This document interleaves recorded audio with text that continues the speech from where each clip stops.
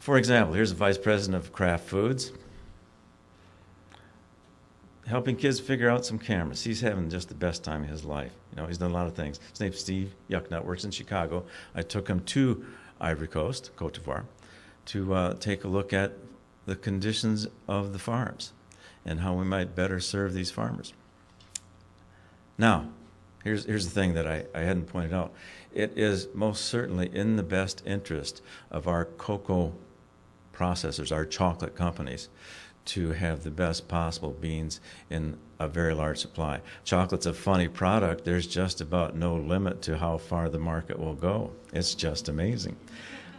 It's a place that's been kind of tough to work. I've gained about 20 pounds since starting there.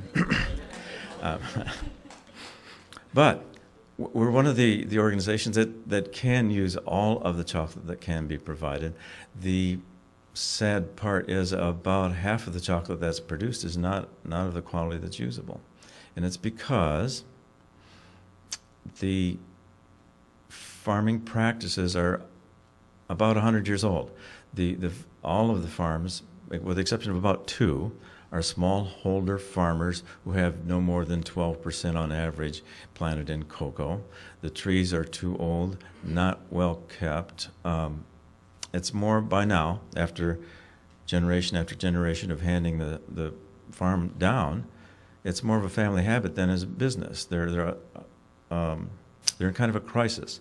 I represent some, I should talk a little bit about the foundation, which I'll get to in just a second. But the point is, our interest is in a sustainable cocoa economy, and our focus is on improving the livelihood and capacity of farm and farming communities. We don't necessarily promote, from our point of view, cocoa growing. We promote wholesome economic, social, and I'm trying to get, environmental capacity within a village, so that it is long-term sustainable, shock-resistant, and thus able to grow and continue that lifelong learning program, which will in the end produce a better product for all.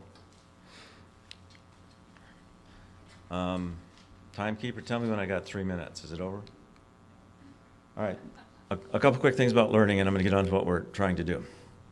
It's involuntary. It happens whether you want it to or not. It's incessant, even when you're sleeping, even before you're born. This is one I love. It self-assembles. You give it the right environment, something's going to figure out. Nature's going to find a way here. I guess I could use my sheet here. Right? It's a little bit scary. It's going to learn. Your mind's going to figure out what is the thing that gets the answer based on the environment and the information that's available. That's one of our big jobs as educators, make sure we've got a wholesome picture of the fundamentals available for the mind to make a conclusion. Oh, we'll skip that one. I'll try. This is a quick review if you want to do it over what really happens in the brain when you're learning something. The short version is cells that fire together, wire together.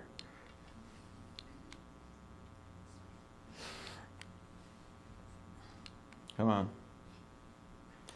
It is a biological urge, and you can't stop it. Now, we're at a point where what Dr. Emma said about the inability of private sector to invest in education has been pretty much true. There is a continuing dawning on what the, I'll say, value chain is. We used to call it supply chain. But in a recent meeting of cocoa industry, there was this gentleman who was a trader from Olam International Limited, who said there used to be that our view of the supply chain was the person we bought stuff from and the person that we sold stuff to.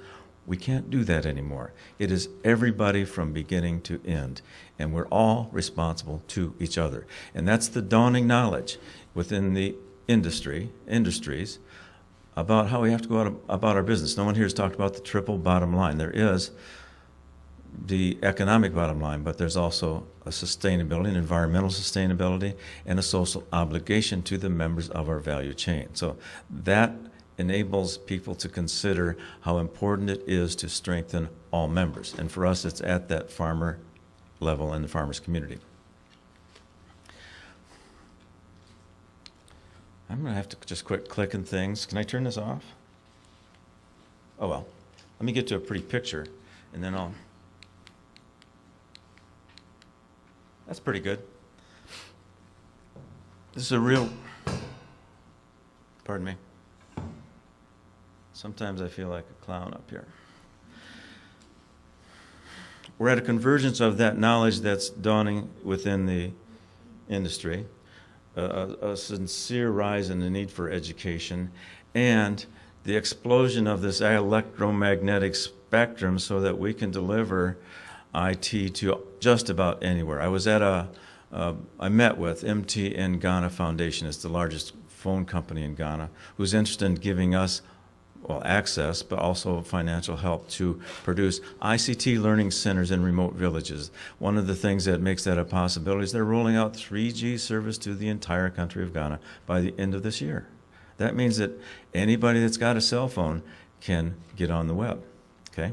So what we're asking them to do is certainly free access, but also help us build these centers, which we've already budgeted in our program, so that we can start with aligning it with the school, getting more effective web-based teacher training, teacher access to materials, and take it from there. A nice sidebar is in meeting with a representative from Intel who wanted us to put their chip in the computers we're going to get, was that if you get the graphics capable chips, you can then begin to make these ICT learning centers business centers, because you can sell some time to the men of the village who will pay to download last night's soccer game and watch it right there in the center. So we have this plan, and we are working with the Ministry of Education to supply the schools with better teacher training through these ICT learning centers, but also make it available to the rest of the community for their own self-directed learning. Suffice it to say that those are the kinds of things we can do as industry. There's another thing that I'll mention, and then I'll close, is that when we bring industry funds to partner with government funds, we have an added benefit of all the government relationships that exist. We have that constraint that Emma mentioned about, you put it so well too, we're kind of dependent as NGOs on the needs of the funder. We've got to comply with that regardless of what our real mission is. When we bring our industry money to a partnership like that, we can work with education for youth and young adults within the confines. The application that I fill out for a grant to USAID is a non-construction grant. So if we want to build one of these IT learning centers, we will use the industry funds to do that, so that we've got the breadth of range to do things that help our missions, our joint missions, get accomplished with the proper use of the funds. Okay, I think I've pretty much done it all. But my point is that the private sector does have a role to play and is beginning to play it, and I think we should look forward to a good deal more of that happening as the understanding of the value chain becomes more widespread. Thank you very much.